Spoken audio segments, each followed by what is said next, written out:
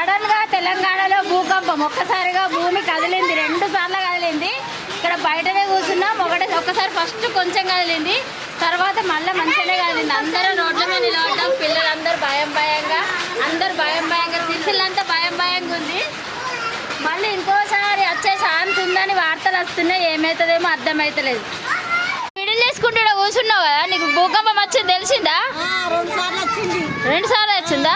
అత్తమ్మ నీకు తెలిసిందా? గద్దలు ఊగినాయా? అమ్మ నమ్మజేయంగా భూకంపం వచ్చిందా?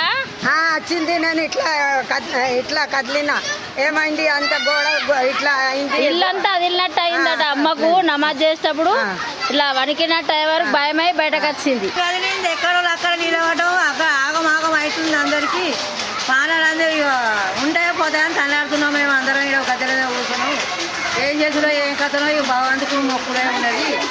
ఇదంతా బుధాలు తల్లి మళ్ళీ వస్తుందని చెప్పిల్లని భయపడుతుళ్ళు. వీళ్ళందరూ భయంగా రోడ్ల మీద నిలుస్తున్నారు. ఇప్పుడే కూర్చోమంటే గద్దె మీద కూర్చున్నారు వీళ్ళందరూ. అమ్మ నీకు తెలిసిందా భూకంపం వచ్చినప్పుడు? అందరికి తెలిసింది. ఒక్కసారిగా సిరిసిల్లలో భూకంపంతో భయంగా ఉన్నారు.